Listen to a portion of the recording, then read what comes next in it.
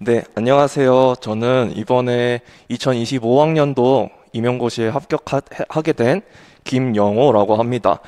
오늘 이렇게 합격 수기 발표 영상을 찍게 되었는데요. 작년이나 뒤에서 이어서 말씀드리겠지만 저는 한 2번 정도 그리고 3년의 공부를 했고 2번의 시험을 봤었는데요. 그럴 때마다 매년 초마다 이렇게 합격 수기 영상들이 올라오면 그것들을 봤던 기억이 새록새록 떠오르고 있습니다. 근데 제가 이렇게 합격을 해서 이 자리에 서서 이렇게 합격 수기 영상을 찍게 된 것 자체가 감회가 굉장히 새로운 것 같아요. 그래서 2026학년도에 합격을 하게 될 선생님들에게 약간의 도움을 드리기 위해서 조금이라도 합격에 도움을 드리고 싶어서 이렇게 영상을 찍게 되었습니다. 네, 오늘 발표에 대한 순서를 먼저 말씀을 드리면요. 먼저 저에 대한 설명부터 먼저 드리도록 하겠습니다. 그 다음에 이제 이어서 공부를 어떻게 했었는지 그런 부분들을 말씀을 드릴 건데요. 저는 재수 2번의 시험을 보는 과정 속에서 첫 번째 시험에서는 1차 탈락을 했었습니다. 근데 그 이유가 가장 크게 생각했던 이유가 전공 점수가 굉장히 부족해서였다고 생각을 했거든요. 그래서 오늘 공부에 대해 설명을 해드리는 부분은 교육학을 제외하고 1차 전공에 대한 내용들 위주로 진행이 될 것 같습니다. 네, 그리고 그렇게 해서 마지막으로 드리고 싶은 말씀 몇 가지를 전달해 드린 다음에 오늘 발표를 마무리하도록 하겠습니다. 이제 합격을 하고 이것저것 연수도 듣고 서류도 내고 학교 발령을 받아서 여기저기 다녀오다 보니까 오늘 발표 자체가 그렇게 자세하게 준비가 되지 못했을 수도 있고 제가 하는 말들이 좀 두서없게 전달될 수 있다는 점 미리 양해 말씀 드리겠습니다. 네, 그러면 이제 시작을 해보도록 할게요. 네, 먼저 저에 대한 설명을 먼저 드리도록 하겠습니다. 저는 사범대를 나오진 않았고 비사범대에서 교직이수를 해서 이렇게 교직이수를 밟아서 선생님이 될 수 있는 방향으로 나아갔었고요. 추가적으로 복수 전공을 수학과로 진행을 했었습니다. 이거에 대해서는 개인적으로 좀 야망이 있었어서 수학과 복수 전공을 했었는데요. 물리를 가르치는 선생님도 너무 되고 싶었지만 사실 제일 좋아했던 과목이 수학이었어요.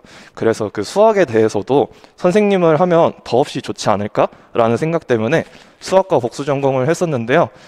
사실 이렇게 해서 수학과 복수 전공, 수학과에서도 교직이수를 하려고 하다 보니까 졸업이 굉장히 늦어지더라고요.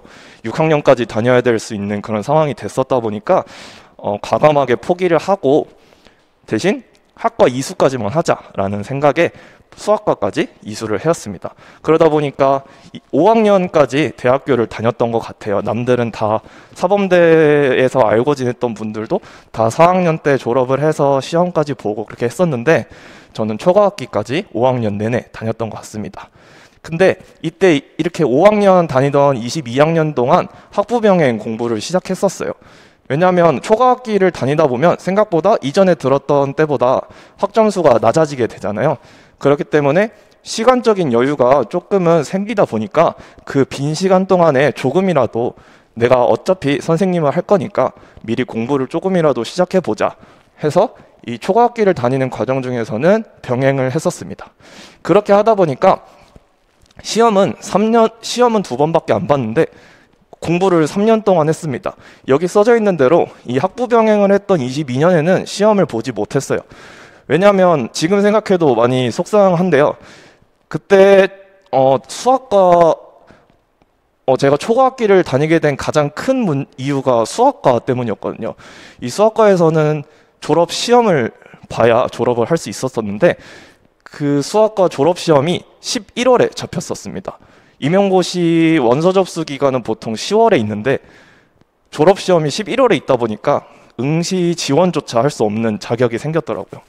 그래서 어쩔 수 없이 22년에 1년 동안 공부를 했었지만 시험을 보지 못했던 상황이 나와서 많이 슬펐던 기억이 나고 그래서 충분히 이왕 이렇게 된 거 그냥 푹 쉬고 그 내년부터 본격적으로 시작을 하자라는 것 때문에 그렇게 했었고요. 그래서 23년과 24년 동안 완전 올인해가지고 임용고시 공부를 했다라는 점 말씀드리겠습니다.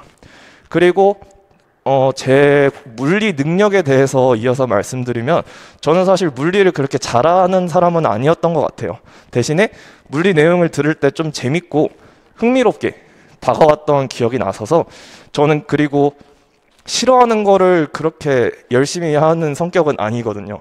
그래서 좋아하는 거 위주로 최대한 내가 좋아한다면 이거 진짜 열심히 해서 잘해보자 라는 그런 성격이 있다 보니까 그래도 물리학과를 다니면서 학점 때는 어느 정도 충분하게 챙기면서 생활을 했던 것 같아요.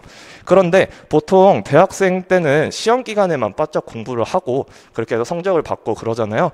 저도 그런 학생 중 하나였기 때문에 대학교를 졸업하고 완전히 올인으로 임용고시 공부를 하게 되었을 때 일과 에너지 정리에 대한 내용도 제대로 이해를 못하고 있었다라는 느낌을 받았었어요.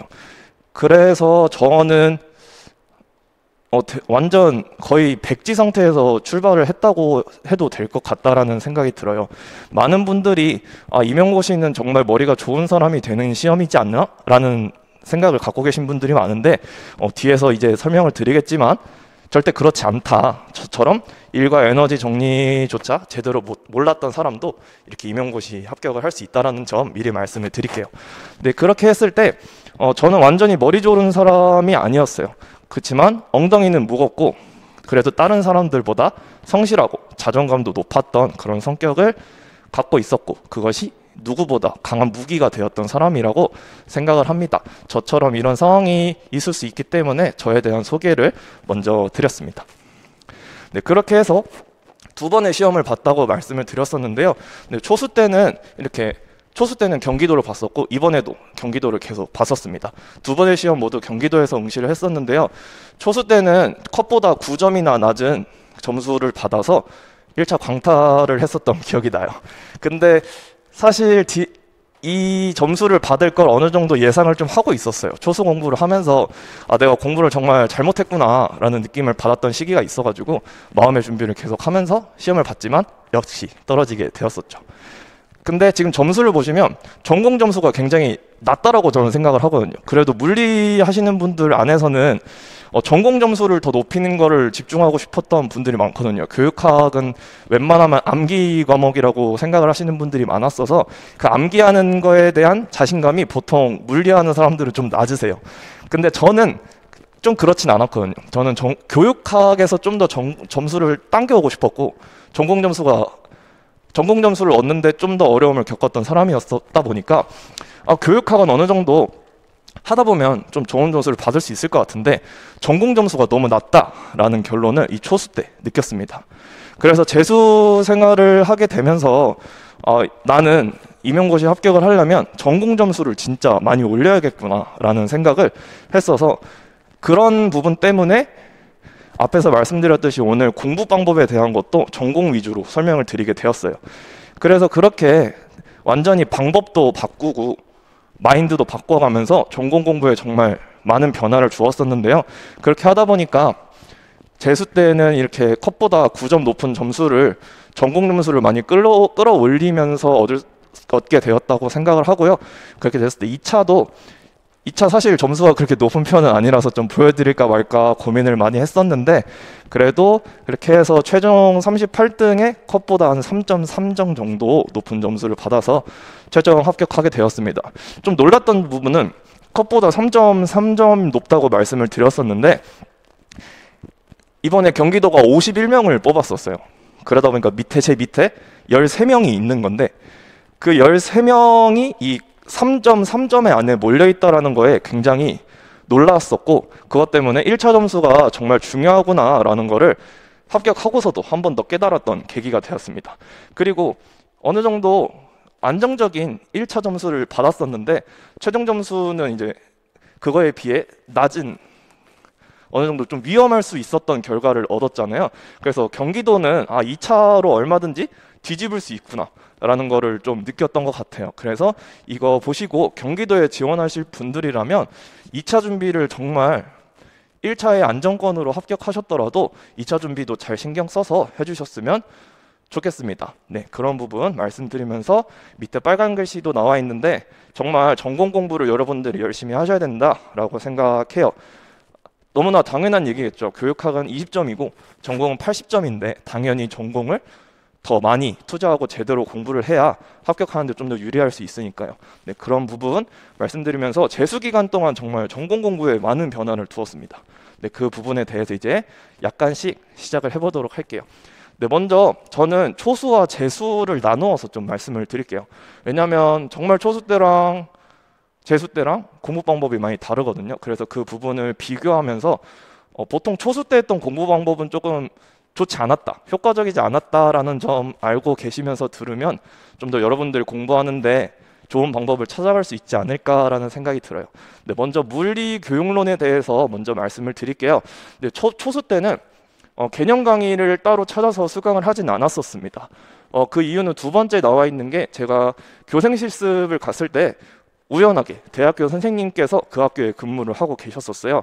그래서 교생 실습이 완전 끝나고 밥 한 끼 먹으면서 그때 그 선배님께서 임용고시 공부를 하시는 과정에서 썼던 이 물리교육론 정리본이 있어가지고 그걸 받아서 혼자 개념은 독학을 했었던 것 같습니다. 그걸 적극적으로 활용해서 암기와 인출의 반복을 했었는데요. 그리고 초수 때는 여기 보시면 교과서 실험 분석 강의가 있었는데, 올해는 이제 1월부터 5월 이렇게 해가지고 물리교육론도 패키지에 포함돼서 이렇게 강의가 좀 바뀌었었는데, 23년이었던 당시에는 교과서 실험 분석 강의만 따로 8월에 있었어요. 저는 그래서 그거를 들었었고요.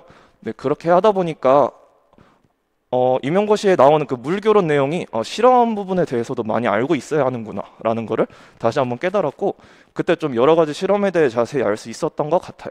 네, 그렇게 했었고요. 그리고 또 다른 거는 이제 개정 교육과정에 대한 암기도 계속적으로 진행을 했습니다. 이때 당시에 15년 개정 교육과정 내용을 계속 암기를 하고 있다가 이제 22 개정 교육과정이 드러나면서 이것도 공부를 해야 되나요 말아야 되나요 하는 그런 질문을 제 주변 사람들 되게 많이 해주셨거든요.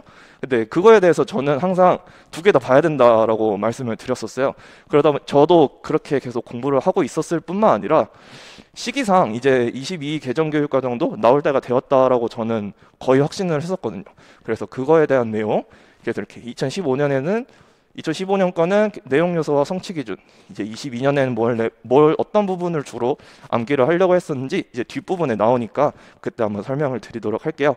네, 그리고 하루 공부를 할 때 어떤 특정 시간을 주로 투자했다기보다 계속 이동하면서 이동 시간을 활용해서 공부를 했었어요. 저는 23년에는 1년 내내 전부 다 직강을 다녔었거든요. 그래서 저는 지하철과 버스를 두 개 번갈아 가면서 타야 노량진에 올 수 있었는데, 그때 어느 정도 한 1시간 정도 걸렸었고, 그렇게 해서 일주에 노량진을 주마다 4, 5회 정도 오다 보니까 이동 시간만 충분히 투자를 한다면 물리교육론도 어느 정도 계속 개념도 인출해 볼 수 있고, 그게 굉장히 효율적일 수 있겠다라고 생각해서 그렇게 했던 것 같아요. 네, 그렇게 해서 왕복을 하다 보면 2시간이잖아요. 2시간이면 정말 많은 시간이거든요. 그래서 그 시간을 최대한 활용을 했던 것 같습니다. 네, 근데 이 초수 때 가장 큰 맹점은 기출 문제를 제가 사실 많이 풀진 않았어요.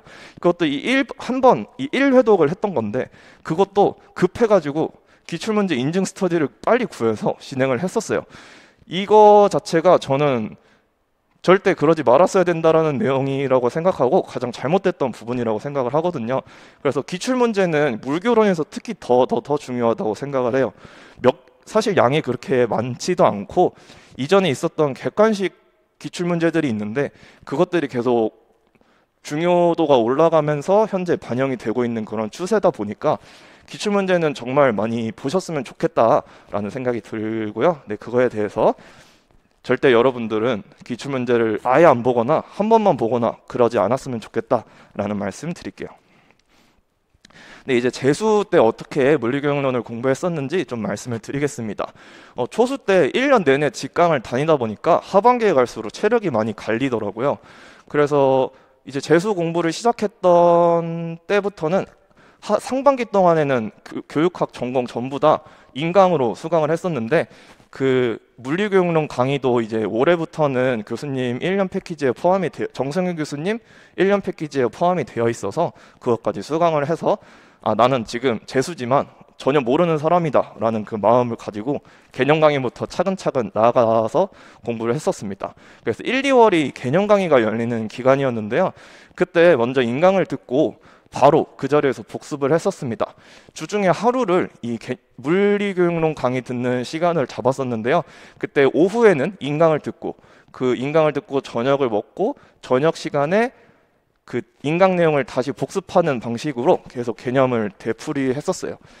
그렇게 해서 한 번만 그렇게 저것만 하면은 일주일에 한 번만 보는 거잖아요. 근데 그렇게 되면은 내가 알았다라고 착각하게 되거든요. 그래서 하루 정도는 하루에 1시간에서 2시간 정도는 더 투자를 해야 개념에 대해 좀 더 다져볼 수 있겠다라는 생각을 해서 저는 저렇게 주중 하루에 1~2시간 정도 추가로 투자를 해서 그때 해당되는 개념을 또 반복해서 복습을 했었던 것 같아요.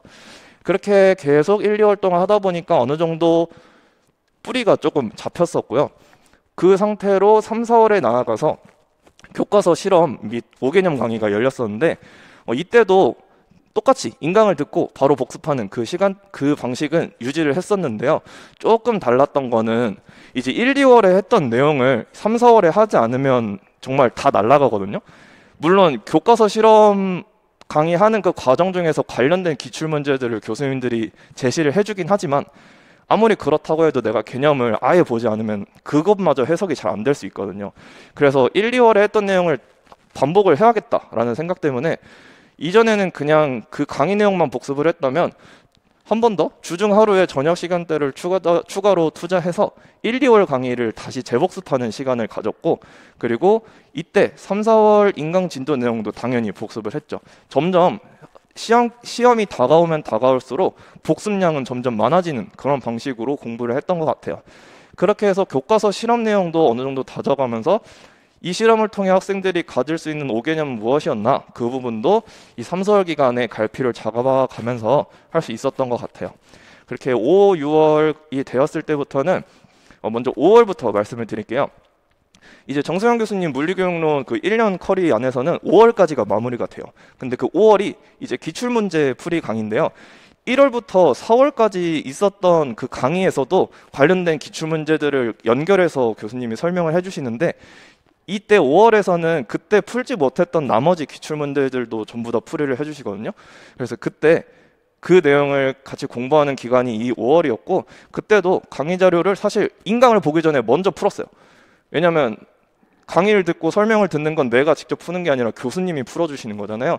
그래서 내가 먼저 강의를 듣기 전에 풀고 교수님 설명을 듣고 내가 그 문제를 잘 풀었는지 맞았어도 방향을 잘 잡아서 풀었는지 틀렸다면 왜 틀렸는지 이걸 확인하고 싶어서 그런 식으로 했던 것 같고요. 그렇게 해서 인강을 듣고 바로 복습하는 건 여전히 똑같습니다. 복습은 정말 바로 해야 된다고 생각을 해요. 특별한 상황이 아닌 이상 바로 해야 된다고 생각을 해서 이렇게 했고요. 그리고 6월부터 2022 과학과 개정교육과정을 다시 암기하기 시작했어요. 사실 1월부터 5월까지는 이 교육과정 암기를 하지 않았거든요. 이제 강의가 전부 다 끝났고 물리교육론에 대한 강의는 5월까지 끝났으니까 6월부터 그 강의를 듣는 시간이 빌 때 이 개정교육과정을 이제 본격적으로 암기를 시작하자라는 했었고요. 그래서 기존 과교론 인강 듣는 시간을 주로 활용했다라는 점 말씀을 드릴게요. 그리고 주중 하루에 저녁 시간대를 추가로 투자해서 역시 1월부터 5월까지 했던 전부 내용을 재복습했었던 것 같아요. 계속 이렇게 앞에 내용을 까먹지 않는 방식으로 복습을 하셨으면 좋겠다라는 말씀을 드리겠습니다. 그 외에 7월부터 11월까지는 이전까지 했던 모든 내용을 계속 무한 반복하면서 사이클을 돌렸던 것 같아요. 그래야 그렇게 하다 보면 점점 복습하는 시간이 짧아지거든요. 그래서 효율도 되게 좋아지고 분명히 알았는데 다시 까먹었던 내용도 다시 되짚어 볼 수 있어서 시험 당일 날까지 여러분들이 물교론 내용을 충분히 기억을 한 상태로 갈 수 있지 않을까라는 생각이 듭니다. 저 또한 그렇게 했기 때문에 그리고 사실 물교론이 그렇게 양이 많지 않거든요. 근데 그 양이 많지 않은 상황에서 너무 많은 시간을 투자하면 그것도 전공과 교육학 공부하는데 조금 차질이 생길 수 있으니까 최소한의 시간만 투자를 해서 물교론 공부를 하시는 걸 추천드리겠습니다. 네, 이거는 이제 제가 재수할 때 2022 개정교육과정을 암기했던 방식인데요. 굿노트, 저는 아이패드를 주로 활용하면서 공부를 했었는데 그 굿노트 어플에 스티커 기능인지 테이프 기능인지 그게 있어요. 그게 이 스티커 기능이 여기 있는 노란색 내용들이거든요. 이게 한번 터치를 하면 그 뒤에 있는 내용이 다시 뜨고 다시 터치를 하면은 다시 이렇게 테이프로 가려져요.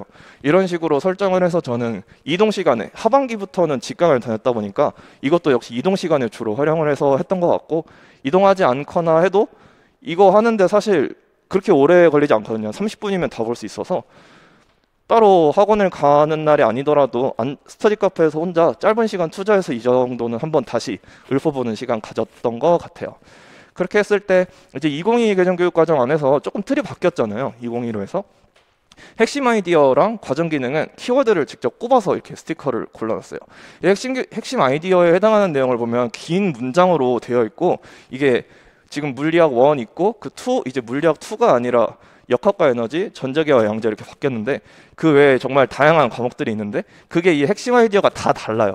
근데 그거를 긴 문장을 다 외운다라고 하니까 사실 조금 그렇게까지 해야 되나라는 생각이 좀 들더라고요. 그런 문제가 나올 것 같다라고 생각하지도 않았기 때문에 저는 이렇게 핵심 키워드에 해당하는 것 같은 부분만 이렇게 가려서 이 부분을 외우는 방식으로 했었던 것 같아요. 그렇게 했고, 이 지식 이해에 해당하는 거는 무조건 반드시 다 외웠습니다. 대신에 그 중학교와 통합과학 부분은 다른 과목 내용에 해당하는 내용들이 있어서 그 부분은 제외를 하고 물리와 연관이 되어 있는 것들만 전부 다 외웠다라고 생각해 주시면 될 것 같아요. 그리고 과정 기능, 가치 태도는 반드시 외운 것뿐만 아니라 이게 무슨 뜻을 갖고 있는지 그 부분이랑 같이 연결해서 외웠던 것 같아요. 사실 여기 가치 태도에 대한 내용들이 교수님이 모의고사 시즌에도 그렇고 기출문제에서도 단순히 이걸 외운다고 풀 수 있는 게 아니라 이 각각이 무슨 의미를 갖고 있는지 알고 있어야 풀 수 있는 문제들로 계속 출제가 되어 왔었거든요. 그래서 의미랑 같이 연결지어서 외우셨으면 좋겠습니다. 그리고 성취 기준에 대한 암기는 사실 하지 않았던 것 같아요. 이게 언제 다시 나올 수 있긴 하겠지만 저는 앞의 내용을 충분히 아는 게 좀 더 나한테 도움이 될 것 같다라고 생각을 했었고, 그러다 보니까 성취 기준 암기는 하지 않았는데 여러분들한테도 이 성취 기준을 외우지 말라라고는 말씀을 드리긴 어려울 것 같아요. 왜냐하면 2015 개정교육과정이 주로 문제로 출제될 때는 성취 기준도 빈칸을 뚫어서 거기를 채우는 방식으로 문제가 나왔던 적이 있어서 성취 기준 암기는 그래도 조금은 하셨으면 좋겠다라는 말씀 드리겠습니다. 앞에서 말씀드렸듯이 정말 제가 설명을 이것저것 했지만 정말 물교로는 양이 많지 않거든요. 그래서 여러분들 그 가성비가 굉장히 좋은 과목이다라는 건 점 꼭 기억을 해주셔서 절대 버리지 않고, 24점이면은 그래도 진짜 큰 점수잖아요. 그 24점을 되게 적은 시간을 투자해서 쉽게 얻을 수 있거든요. 그래서 물결은 반드시 조금 헷갈리고 모범 답안이 나오지 않는 이 상황에서 좀 어렵게 느껴지실 수도 있겠지만 그래도 충분히 투자해서 절대 버리지 않고 공부를 하셨으면 하는 바람이 있습니다. 저도 모의고사나 이런 거 볼 때 물결론으로 점수를 정말 많이 가져갔었던 것 같아요. 점수 올리기가 생각보다 쉽고 기출문제 위주로만 정말 꾸준히 봐도 물결론 점수는 충분히 챙길 수 있다는 점 말씀을 드리겠습니다. 네, 이렇게 하면은 물결론에 대한 내용은 전부 다 전달을 드렸고요. 이제 전공 측면에서 말씀을 드리겠습니다. 네, 저는 초수 때 전공을 어떻게 공부했냐면 그때 진도에 맞춰서 그것만 공부했어요. 사실 이게 정말 지금 생각하면 말도 안 되거든요. 그때 진도를 왜 제가 그것만 충실하려고 했던 이유가 뭐냐, 이 밑에 있는 매 수업 내용이 저한테 너무 어려웠어요.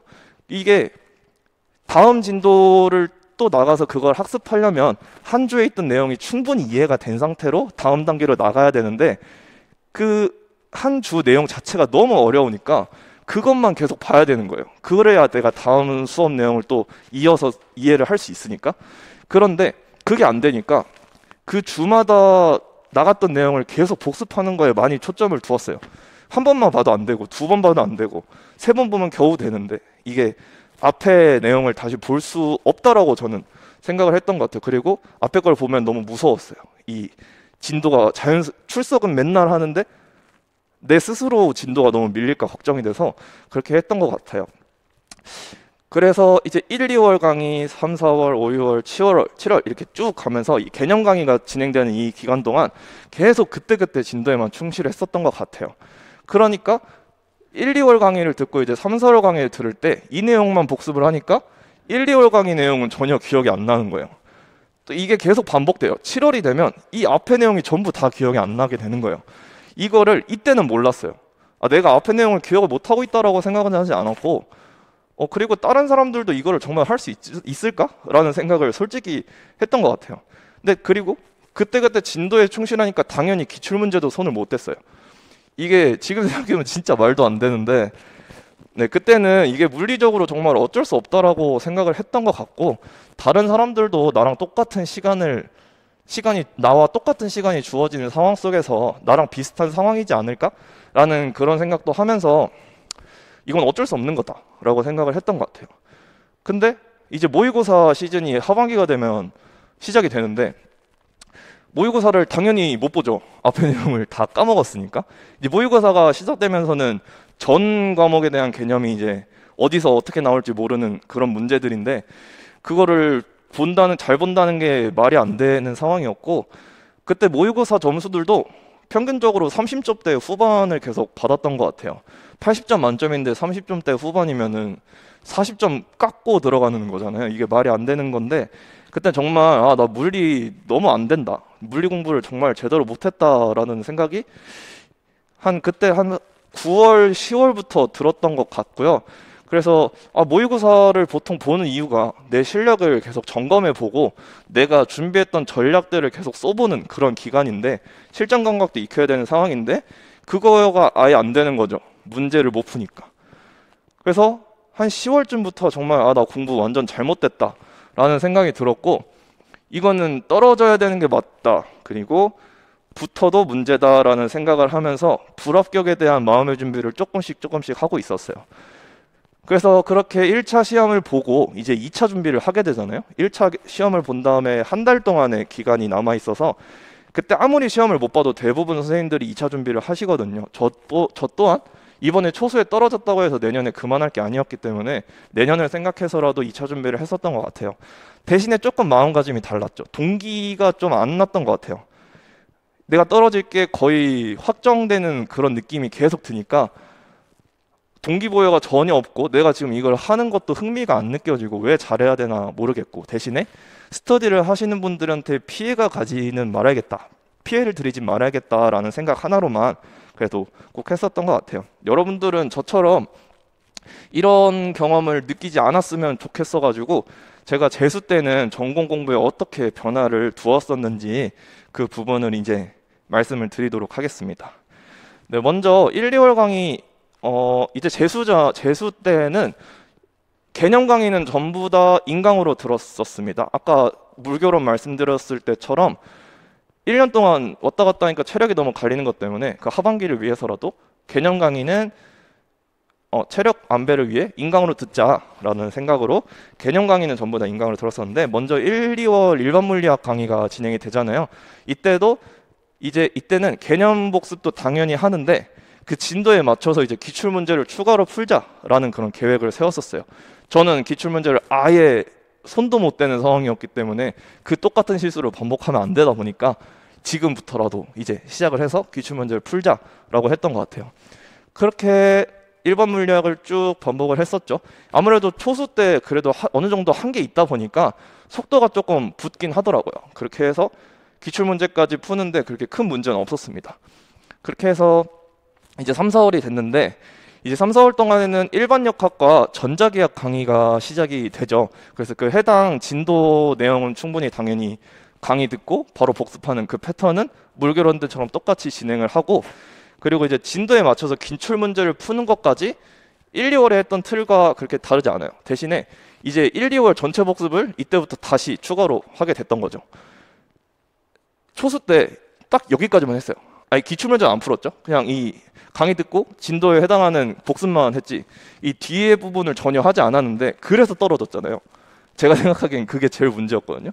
그래서 이 뒷부분을 어떻게든 해내자, 뒤로 갈수록 감당이 안 되겠지만 무조건 하자라는 생각 때문에 해당 진도에 맞춰서 기출문제도 풀고 1, 2월에 했던 교재 내용, 교재 개념, 교재에 포함되어 있는 문제 그리고 기출문제까지 전부 다 3, 4월에 이렇게 맞춰서 했던 것 같아요.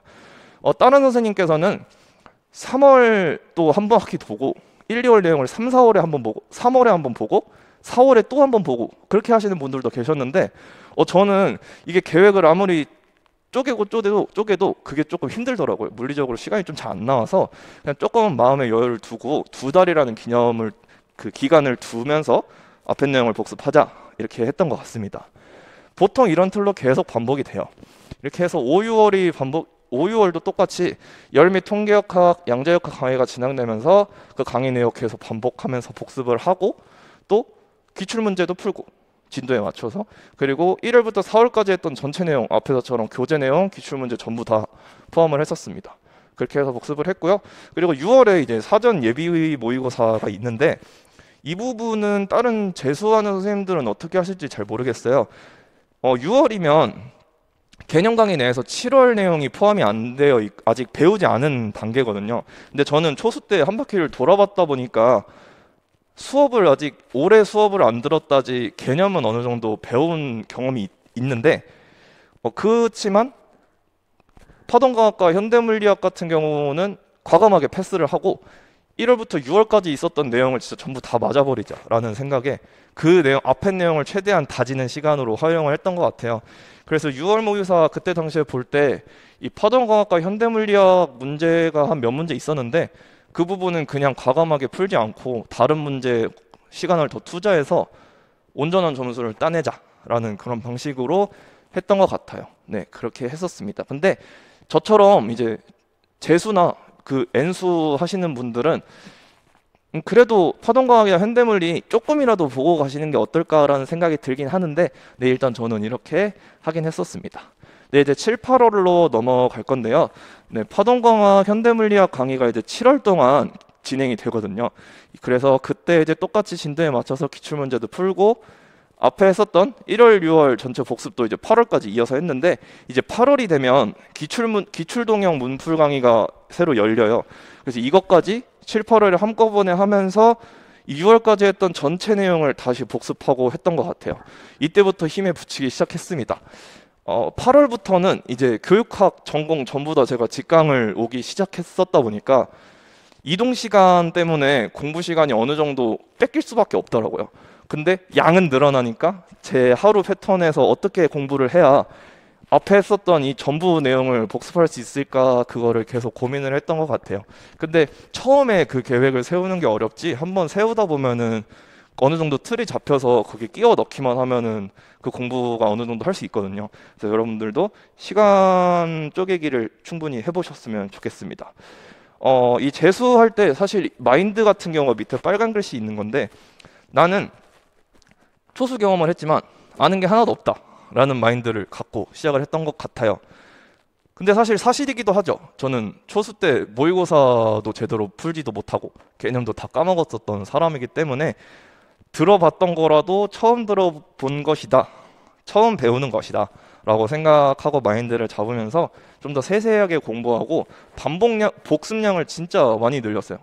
계속 무한 반복을 한다라고 생각해 주시면 될 것 같습니다. 누가 보기에는 미련할 수 있을 정도로 계속 복습을 했었던 것 같아요.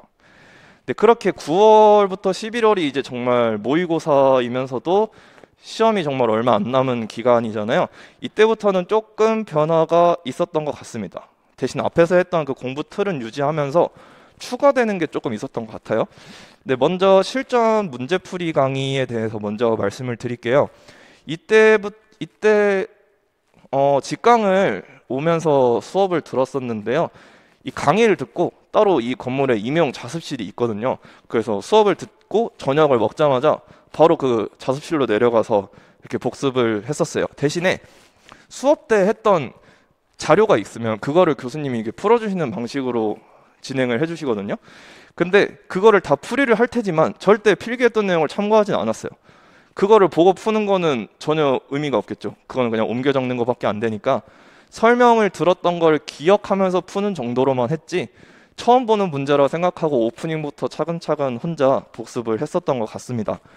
그렇게 했고 도저히 기억이 안 나거나 풀지 못하겠다, 너무 어렵다라고 생각이 드는 문제만 필기했던 내용을 참고했던 것 같아요.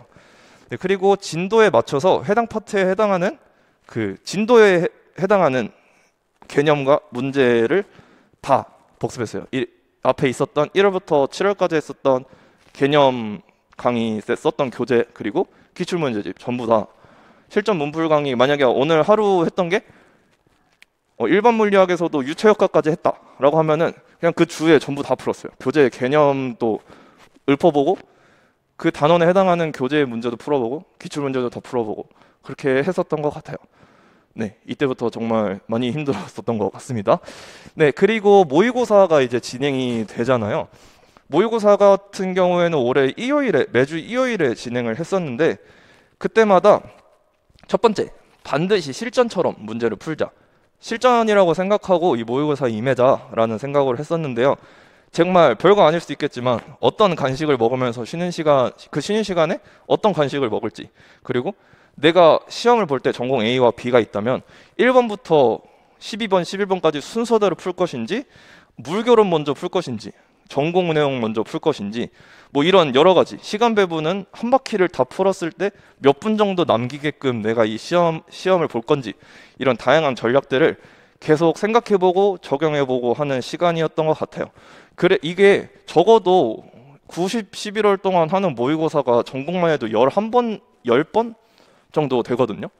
그래서 그때 모든 10번이라는 횟수를 정말 실전처럼 적용을 하시면 여러분들 시험장에 갔을 때 여기는 내가 낯선 장소가 여기 이 장소가 나에게 낯설지 않다라는 느낌이 들 수 있을 거예요. 그 점은 정말 중요하다고 생각을 해서 그 부분을 강조를 드리겠습니다. 네, 그 다음은 이제 오답노트 작성입니다. 이 오답노트 같은 경우는 이전에 실전 문풀 강의라던가 개념 강의 전부 다 강의를 듣고 바로 복습을 했었는데, 이 오답노트 같은 경우는 모의고사가 해설 강의가 끝나면 한 저녁 6시쯤 됐었던 것 같거든요. 근데 사실 저는 모의고사 오답노트 같은 경우는 바로 작성하진 않았습니다. 왜냐하면 제가 항상 일주일에 일요일에 휴식 시간을 갖는 타임을 두었었는데, 이제 직강을 왔던 8월부터 일요일에도 계속 뭐가 강의를 들어야 되는 스케줄이 생기다 보니까 휴식 시간이 많이 없어지더라고요. 공부하는 사람이 왜 이렇게 쉬려고 하냐라고 생각할 수 있겠지만, 임용고시 같은 그 장기간의 시험 같은 경우는 반드시 휴식 시간을 두셔야 해요. 그래서 저는 꼭 일요일에 오전 시간을 두고 조금 늦은 점심 한 3시까지 쉬는 날이 보통 많았는데, 그게 완전히 사라지니까 제가 너무 체력이 깎이더라고요. 그래서 이건 안 되겠다. 그냥 조금 찝찝할 수 있지만 내 앞으로의 공부를 위해서 모의고사 끝나고 집에 와서 충분히 쉬었다가 다음 날부터 힘을 내서 하자, 이런 생각에 오답노트는 다음 날에 작성을 했었습니다. 그 오답노트 같은 경우는 이제 틀린 문제는 당연히 작성을 하는 거고요, 실수한 문제도 당연히 하는 거고요. 그래서 그런 것들 위주로 했었는데, 왜 틀렸었나, 놓치거나 까먹은 개념이 무엇이었나, 그런 것들을 작성을 하고, 또 이 문제를 정말 감점 요소 전혀 없이 맞을 수 있으려면 어떤 풀이로 접근을 해야 되는가라는 그런 모범 풀이 같은 것도 포함시켜서 작성을 했었고, 그렇게 한 다음에 오답노트를 작성했던 그 문제들을 전부 다 복습하는 시간도 꼭 가졌었던 것 같아요. 그렇게 했었고요. 그리고 실수노트까지 작성을 했었습니다. 저는 실수노트를 사실 초수 때는 작성을 안 했습니다. 왜냐하면 실수노트를 작성한다라는 게 그때 당시 그렇게 의미가 없다고 생각을 했어요. 왜냐하면 아까 말씀드렸듯이 저는 모의고사를 어떤 전략을 맞춰서 이렇게 하거나 내가 이 문제를 정말 알구나 하고 접근하거나 그런 방식으로 활용하지 못했기 때문에, 나는 지금 실수해서 다 이 문제를 틀리는 게 아니라 몰라서 틀리는 거다라는 생각 때문에 실수 노트를 작성하지 않았었는데요. 이게 올해 재수하면서 공부를 하는 그때는 그래도 모의고사가 어느 정도 풀리더라고요. 계속 반복되는 그 복습 과정을 부지런히 밟았더니 모의고사가 이제 이 문제는 어떤 단어에서 나온 거고 어떻게 접근을 해야 되고가 이게 어느 정도 눈에 보이더라고요. 그래서 시간 조절도 잘 되고 하다 보니까 이제 내가 실수를 하지만 않으면 그래도 점수를 충분히 챙길 수 있지 않을까라는 생각이 들었어요. 그래서 실수 노트를 작성하게 되었었고요. 내가 한 실수 그리고 개선 방안 이렇게 두 가지를 세로 줄로 나눠서 표를 만들고 그거를 작성했던 것 같아요. 한 회차 한 회차마다 모의고사를 볼 때 내가 했던 실수들을 전부 다 적어서 만들었던 표입니다. 그렇게 해서 그때 점점 이제 실수 노트가 점점 채워지면서 작성이 되는데, 모의고사 보러 와서 이제 전공 시작하는 15분 전부터는 개념서 이런 거 다 집어넣고 아이패드에 제가 실수 노트를 만들었었거든요. 그 실수 노트만 15분 전부터 계속 봤어요. 왜냐면 내가 했던 실수인데 또 하는 건 진짜 죄거든요. 그거는 진짜 하면 안 되는 거기 때문에 충분히 내가 이전에 했던 실수를 다시는 하지 않겠다라는 거를 머릿속에 각인시키려고 그것만 계속 읽었어요. 그래서 이게 저는 진짜 큰 도움이 됐던 것 같거든요. 근데 그럼에도 불구하고 실수를 꼭 해요. 실수라는 거는 진짜 하면 안 되는 것도 맞거든요. 1점, 2점 이런 게 정말 소중한 이 시험에서 실수 때문에 내 합격과 불합격이 갈린다고 생각하면 좀 마음이 아프잖아요. 그래서 실수는 진짜 안 해야 되는 게 맞는데 실수를 정말 꼭 하나씩은 했던 것 같아요. 그래서 이게 그래서 조금 마인드를 바꿨던 게, 실수를 아예 안 하려고 한다기보단 정말 최소화하자라는 생각 때문에 실수 노트를 계속 읽었던 것 같습니다. 네, 그렇게 하면서 이제 모의고사까지 했었고요. 그리고 11월이 되면서 개념 요약본을 이제 만들었어요. 이 개념 요약본 같은 경우는 시험장에 가져가서 쉬는 시간이나 그리고 시험장 딱 들어갔을 때 보통 7시 20분인가 30분부터 입실이 가능하거든요. 그래서 1시간 정도 그 시간에 맞춰서 시험장에 들어가면 1시간 정도는 자습할 수 있는 시간이 있어요. 그래서 그때 그 시간대 그리고 중간에 쉬는 시간대 꼭 보고 싶은 내용들 담아서 중요 파트 핵심 개념이라든가 몇 가지 이제 반드시 외우고 가라라고 교수님께서 말씀해 주시는 분들이 있거든요. 그 공식들 꼼꼼히 적어서 그거 보는 용도로 만들었었던 것 같습니다. 이 10월까지 하면은 앞에 있었던 개념 문제, 기출문제 전부 다 복습이 된 상태가 됐거든요. 그래서 11월부터는 그거를 정리하는 시간을 가졌던 것 같습니다. 그 개념 요약본을 하다 보면 중요한 걸 내가 직접 찾아서 적기 때문에 좀 더 추려지고 다져지고 또 한 바퀴 사이클을 돌리면서 복습하는 시간도 가질 수 있었어서 개념 요약본 제작은 저에게 굉장히 좋았던 것 같아요. 그리고 사실 단거나 느낌이 조금 들 수는 있는데 단거나라기보다는 정말 단거나라고 하면은 체계적으로 요약을 해서 적는 느낌이 좀 강한데, 저는 이 개념 요약본 제작 같은 경우는 그렇게까지는 쓰지 않았어요. 정말 이거는 그냥 이렇게만 옮겨 적는 정도로 중요한 걸 추려내는 자료였기 때문에 단거나랑은 조금 결이 다르고요. 그래서 이거는 어느 정도 많은 쌤분들이 작성을 만드셔서 들어가기 때문에 여러분들께도 이거 작성하는 거는 조금 추천을 드린다라는 말씀 드릴게요. 그리고 이제 하반기가 이렇게 오면 내가 아는 건 뭔지 모르는 건 뭔지가 구분이 되거든요. 근데 아는 거를 반복하는 건 그냥 내가 이 풀면서 재밌네, 나 잘하네, 그런 느낌 받으려고 공부를 하는 거고, 모르는 걸 찾아야 돼요. 그 아는 거에 대한 시간 투자를 진짜 최대한 빼고 모르는 게 뭔지를 계속 찾아가면서 공부를 하셔야 점수를 올릴 수 있는 가장 기본적인 공부 방법이지 않나 라고 생각을 해서 그 모르는 거를 찾는 그 기간에 좀 더 투자를 하는 방식으로 이 하반기를 보냈던 것 같습니다. 네. 근데 이거는 이제 왼쪽에는 제가 모의고사 오답 노트 어떻게 썼었는지에 대한 사진이고, 이 오른쪽이 이제 실수 노트예요. 이 오답 노트 보시면 참 부끄럽게도 1번부터 틀렸었던 기억이 나는데요. 전공 A의 1번인데 어떻게 내가 이 시험 보는 그 1번 문제를 풀던 당시에 어떻게 생각해서 이 문제를 틀렸는지를 파란 글씨로 적었어요. 왜 파란 글씨로 적었냐면 제가 갖고 있던 볼펜 중에 제일 눈에 확 들어오는 색이 파란색이었는데, 그래야 내가 이때 이걸 다시 볼 때 내가 이런 생각을 했었다라는 게 한 번 더 상기가 되고 그런 것 같아요. 이게 실수면은 더 상기가 되고요.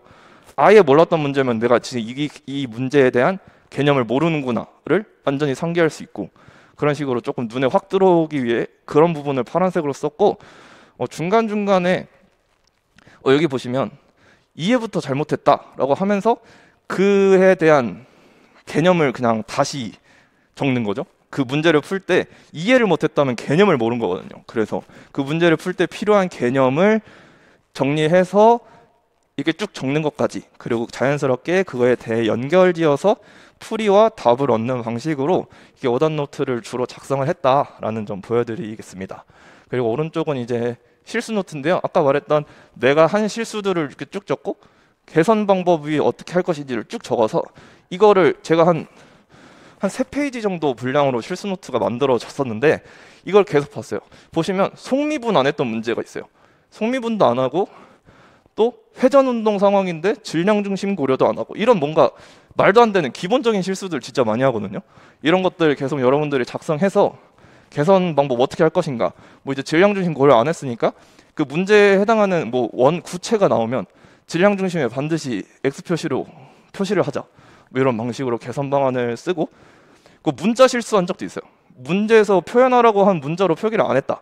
그래서 나타내라는 문자에 이제부터 동그라미 표시를 강하게 하자, 뭐 이런 식으로 개선 방안을 만들어 가면서 실수 노트를 작성했던 것 같습니다.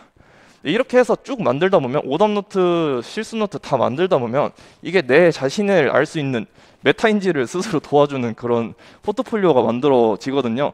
그래서 여러분들도 이걸 작성하시면서 내가 약한 부분이 어딘지, 그리고 주로 하는 실수가 무엇인지를 꼭 파악할 수 있는 그런 기회가 되었으면 좋겠습니다. 임용고시를 보는 사람들에게 가장 기본적으로 요구되는 것들이라고 생각을 해요. 그리고 이러한 과정을 초수 때 했었다면 내가 초수 때 합격할 수 있지 않았을까라는 생각도 이걸 하면서 느꼈던 것 같습니다. 네, 그러면 이제 재수 때 했었던 전공 공부까지 말씀을 드렸고요. 이제 스터디를 어떻게 했었는지 좀 몇 가지 말씀을 드릴 텐데, 저는 사실 스터디를 그렇게 많이 하지는 않았던 것 같아요. 초수 때 했던 스터디 먼저 말씀을 드릴 건데, 이 스터디 첫 번째로 주 1회로 복습 스터디를 진행을 했었습니다. 이때 대면으로 수업을 갔다 가면은 교수님께서 스터디 희망하시는 분들을 먼저 추려서 그 사람들끼리 스터디를 구성을 해주시거든요.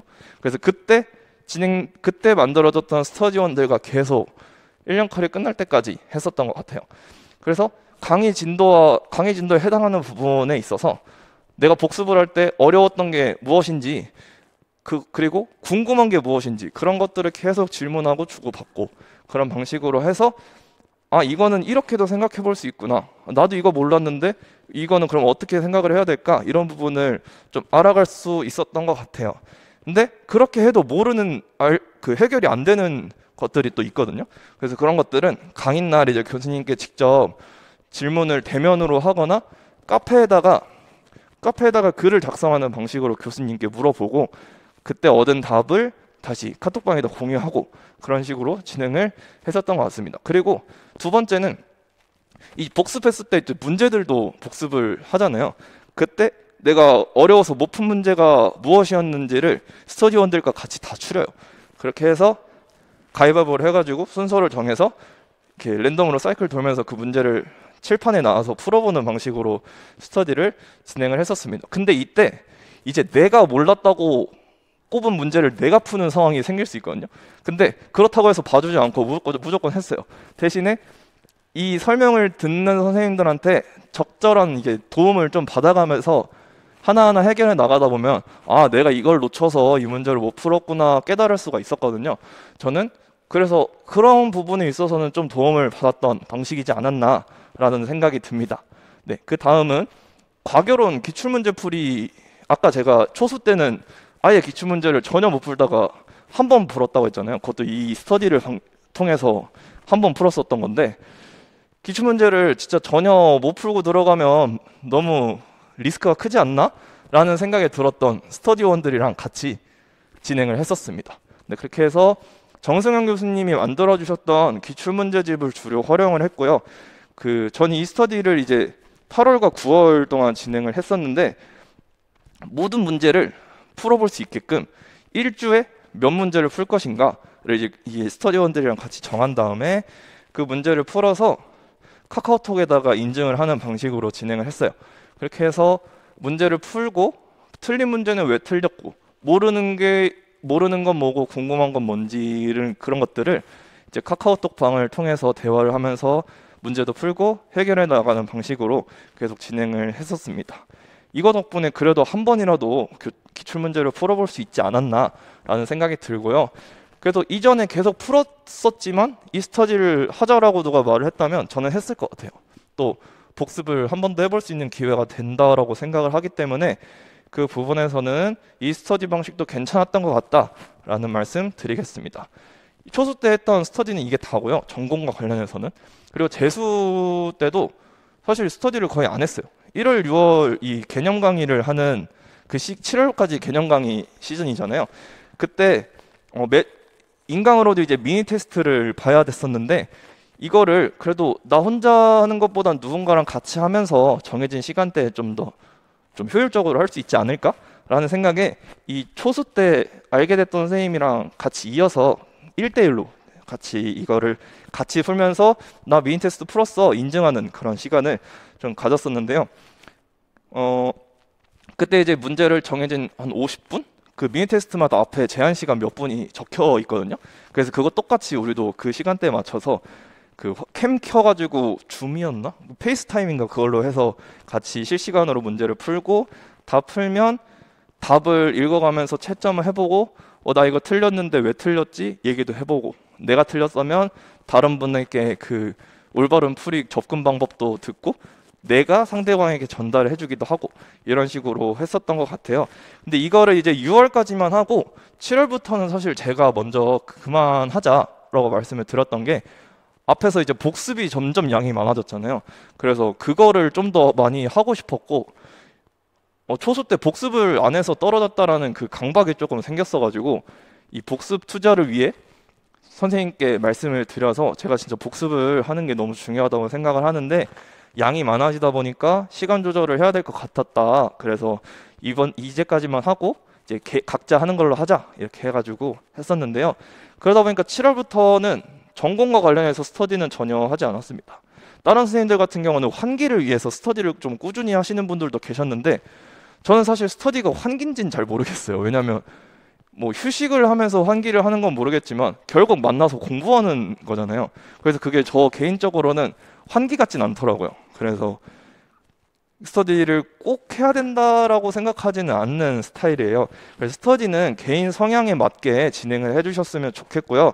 또 2년 동안 그리고 3년 동안 공부를 해보니까 이거 필수까지는 아니겠구나. 나에게 도움이 될 수는 있겠지만 반드시 해야 되는 방법은 아니구나 라는 생각이 들었고 결국 공부는 내가 해야 하는 것이기 때문에 스터디의 도움을 받지 않아도 내가 제대로만 한다면 그 공부는 효과적일 수 있다라는 생각이 들었습니다. 네, 이렇게 하면은 제가 어떻게 공부했었는지에 대한 내용은 다 말씀을 드렸고요. 이제 마지막으로 드리고 싶은 말씀 몇 가지만 말씀을 드린 다음에 마무리를 하도록 하겠습니다.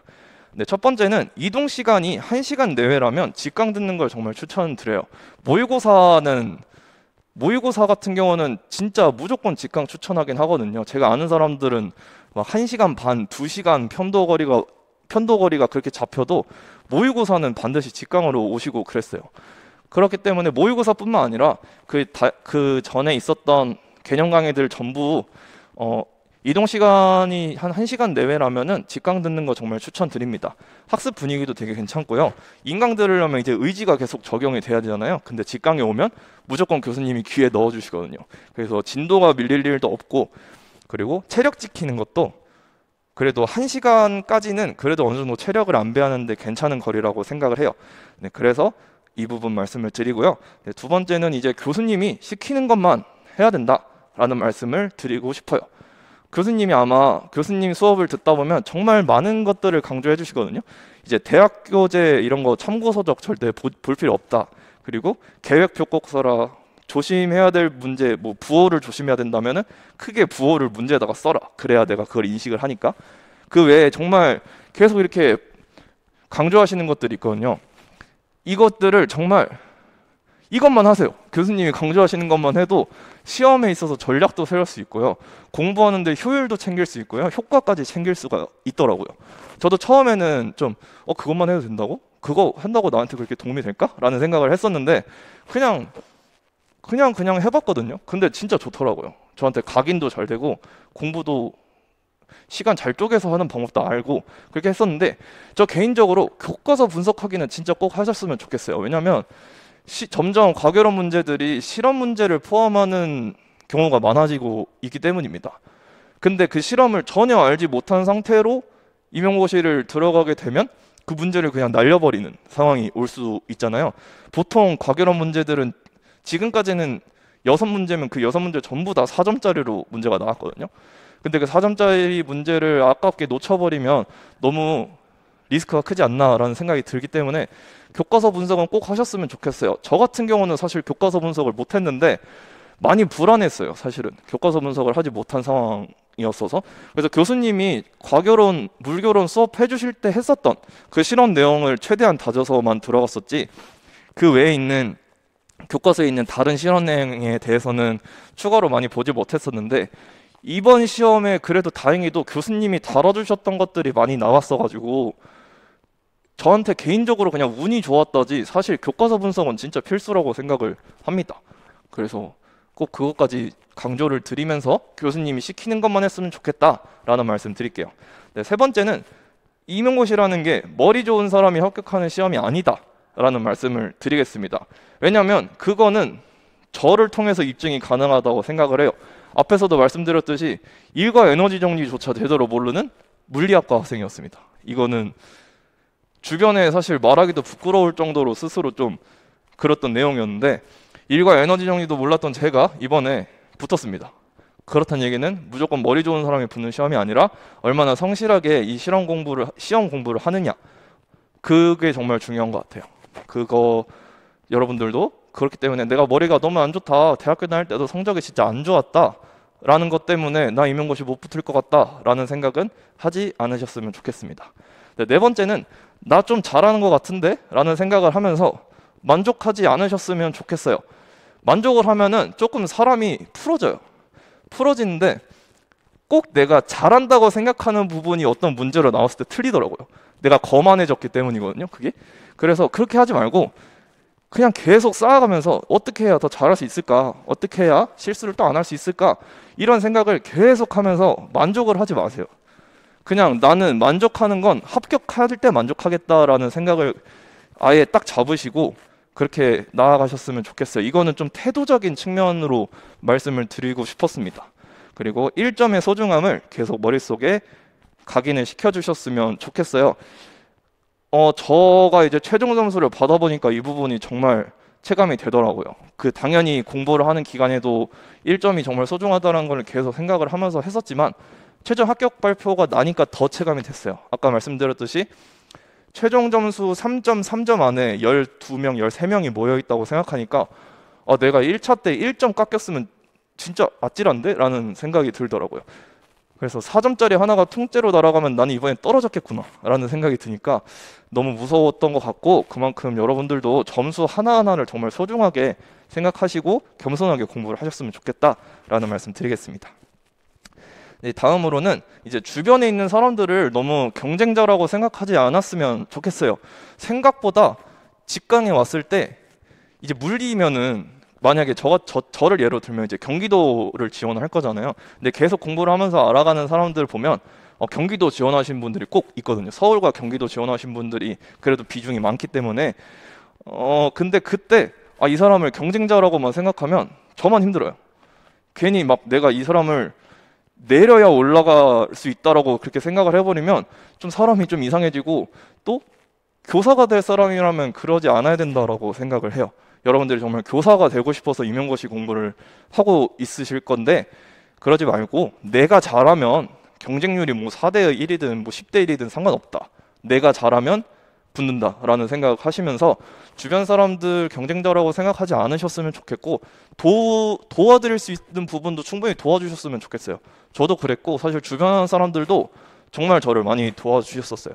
그래서 그렇게 하면 마음도 편안해지고 좀 몽글몽글해지면서 공부하는 기간이 그렇게 힘들기만 하지는 않았던 것 같아요. 근데 꼭 그렇게 해주셨으면 좋겠습니다. 그리고 중간 목표 세우기도 좀 강조를 드리고 싶은데, 이제 임용시험이 1년에 한 번밖에 없잖아요. 그래서 완전한 목표를 저 끝에 있는 임용시험 합격으로만 두면 조금 그 과정이 힘들어요. 그래서 성취감을 중간중간 느낄 수 있는 그 지점을 중간 목표 설정으로 해주셨으면 좋겠어요. 제가 세웠던 중간 목표 3개를 좀 했었는데 그렇게 거창하지도 않습니다. 6월 사전 모의고사 때 내가 받았던 모의고사 점수 중에 최고 점수를 한번 받아보자. 이거는 이제 상반기 때 제가 세웠던 목표고, 두 번째는 미니 테스트 풀 때 제일 빨리 풀고 나가고, 그리고 그거까지 다 맞자. 뭐 이런 별거 아닌 것들도 중간 목표로 계속 세웠었고요. 그리고 다음 강의 때까지 이번 주 진도 내용을 뭐 몇 번, 뭐 5번이면 5번, 7번, 뭐 이렇게 몇 번이든 복습해서 가자. 뭐 이런 중간 목표도 계속 세웠던 것 같아요. 저는 못 봐도 4번씩은 봤던 것 같습니다. 한 주 내용을 그렇게 했었고요. 그리고 저는 사실 계단 오르기까지밖에 안 했는데 가벼운 운동을 꼭 하시는 거를 추천드릴게요. 저는 다른 건강상 이유로 사실 헬스 같은 좀 몸에 열이 너무 많이 나는 운동을 하면 안 됐었거든요. 그래서 헬스를 되게 좋아하고 러닝하는 것도 좀 좋아하는 편이긴 한데, 그걸 하지 못해서 계단 오르는 운동을 계속 했던 것 같아요. 제가 공부했던 스터디 카페가 3층이었고 제가 사는 집이 7층이거든요. 그래서 그 3층과 7층 무조건 내려가는 거 올라가는 거 전부 다 계단으로 좀 왔다 갔다 해보자 하는 방식으로 좀 실생활 운동을 했었고요. 근데 만약에 저처럼 건강상의 문제가 크지 않다 하시면 뭐 이것도 하시면 좋지만 러닝이나 헬스, 뭐 필라테스, 여성분들은 필라테스도 좀 많이 하시잖아요. 그래서 그런 것들도 너무 헤비하지 않은 측면에서 하시면 공부하는 데 있어서 좀 정말 도움이 된다고 생각을 합니다. 네, 그리고 쉴 때는 확실하게 쉬자인데요. 내가 공부하면서 진짜 나를 너무 괴롭힌다 하는 스트레스 요소들이 있으실 거예요. 근데 저도 그게 딱 하나 있었거든요. 저는 정해진 시간에 자고 정해진 시간에 일어나야 되는 게 정말 큰 스트레스였어요. 원래 임용고시 공부를 하기 전에는 그냥 자고 싶을 때 막 자고 일어나고 싶을 때 그 일어나는 그 자유가 너무 좋았는데, 물론 그 안에서 해야 될 것들은 당연히 다 했고요. 근데 이제 임용고시를 하니까 계속 자기 전부터 다음날 일어날 거에 막 자꾸 좀 강박처럼 생겨서 너무 스트레스를 많이 받았거든요. 그래서 저는 보통 일주일에 아까 말씀드렸듯이 일요일 오전을 쉬는 타임으로 잡았다고 했잖아요. 그래서 토요일에 공부가 끝나고 나면 제가 하고 싶었던 방식대로 늦잠 자고 늦게 잤습니다. 그냥 그렇게. 뭐 어떤 날은 친구 만나서 술 먹느라 밤을 새본 적도 있고요. 집에서 게임하다가 그냥 그런 적도 있고요. 그냥 그런 식으로 정말 확실하게 그냥 쉬어버리는 게 정말 좋지 않나 라고 생각을 해요. 어떤 분은 집에서 그냥 아무것도 하루 종일 안 한다고 하더라고요. 그냥 집에서 침대에 그냥 누워만 있으신 분들도 정말 많이 봤습니다. 그렇기 때문에 꼭 일주일에 하루는 확실하게 쉴 수 있는 그런 날짜를 한번 잡으셨으면 좋겠습니다. 네, 그리고 마지막인데요. 이제 자신감과 자존감을 꼭 가지셨으면 좋겠어요. 이 시험을 할 때 있어서 가장 깎이는 거거든요. 자신감도 깎이고요. 자존감도 좀 깎이는 경우가 있어요. 그 시험 모의고사를 보시면 점수 때문에 자신감이 낮아진다거나 공부를 하다 보면은 주변 사람들과의 갈등이 조금 생기거든요. 뭐 친구면 친구, 가족분들이면 가족분들 이렇게 계속 생기는데, 그때 너무 깎이지 마시고 계속 본인들을 믿으시면서 하셨으면 좋겠어요. 이 과정이 진짜 힘들기 때문에 본인조차 본인을 믿지 않으시면 아무도 믿어주지 않는다고 저는 생각을 하거든요. 그리고 이거는 좀 제 장점이기도 해서, 제가 원래 자존감이 좀 높은 편이어가지고 이 부분을 그렇게 힘들어하진 않았는데 주변에 조금 많았어요. 자존감이 좀 낮고 자신감이 좀 안 좋으신 분들이 하반기로 갈수록 진짜 많이 힘들어 하시더라고요. 그래서 꼭 그렇게 본인을 지켜가면서 이 시험 준비를 하셨으면 좋겠어요. 본인을 지키고 합격을 해야 교사가 될 수 있을 테니까요. 꼭 그렇게 해서 할 수 있다라는 강한 믿음을 바탕으로 힘겨운 과정도 힘차게 나아가실 수 있었으면 좋겠습니다. 네, 이렇게 하면은 제가 드리고 싶은 말씀을 전부 다 말씀을 드렸고요. 제가 지금까지 말씀드렸던 내용들이 여러분들에게 무조건적인 도움을 주지는 않을 수 있어요. 대신에 적절하게 이 부분은 내가 참고해서 적용시켜보고 싶다 하면서 본인에게 녹여보셨으면 좋겠습니다. 네, 그런 내용을 말씀드리고요. 네, 마무리할 때 이제 제가 선생님이 정말 되고 싶었는데 이제 됐잖아요. 그래서 이 그림 같은 경우가 제가 AI한테 그려달라고 했어요. 1년 뒤에 선생님이 된다라고 쳤더니 이 그림을 주더라고요. 근데 정말 여러 가지 그림을 주는데 이 그림이 정말 제가 생각했던 그 교실의 모습이랑 닮아서 가져왔어요. 주변 학생들이 저를 보고 웃고, 그리고 저 또한 그 환경에서 너무 행복해서 웃고 있는 모습인 것 같아서 이 그림을 가져왔거든요. 작년도 작년이고 어쩌면 더 이전부터 제가 되고 싶었던 모습이잖아요. 이것들을 이제는 갖출 수 있게 된 게 지금 진짜 꿈만 같거든요. 그러니까 가끔은 실감이 잘 안 나요. 이제 학교 발령 받고 이제 몇 반 담임까지 이제 다 맡게 됐는데 그런 상황에서도 꿈만 같아요. 그런데 여러분들도 내년 이맘때에 저처럼 이렇게 원하는 결과를 진짜 꼭 얻으셨으면 하는 마음에 오늘 이렇게 합격 수기 발표 영상을 찍게 되었고요. 정말 힘드실 거예요. 이 과정이 외롭기도 하고 그냥 체력에 부치기도 하고 몸도 점점 안 좋아지고 하는 그런 과정이 있으실 텐데 할 수 있습니다. 저도 했고요. 저도 그렇게 운동도 제대로 안 해가면서 또 뭐 그렇게 공부도 그냥 무식하게 엉덩이 무겁다라는 그 장점 하나로만 그냥 꿋꿋이 나아갔는데요. 할 수 있더라고요. 정말 제가 했다면은 여러분들 다 할 수 있다라고 생각을 하기 때문에 그렇다고 해서 나 진짜 열심히 할 거야, 나 진짜 잘할 거야 라고 생각하지 마시고 그냥 아침에 일어났으니까 공부하자 뭐 이런 생각 때문에 그 하나 하면서 그냥 그렇게 오늘 할 공부를 그냥 한다라고 여기시면서 멈추지 않고 쭉 나아가시면 분명 여러분들도 교단에 서는 날이 올 수 있을 것이라고 생각합니다. 네, 지금까지 좀 두서없이 말씀을 드렸는데요. 여러분들의 합격을 진심으로 응원하면서 오늘 합격 수기 영상 발표 마무리하겠습니다. 네, 감사합니다.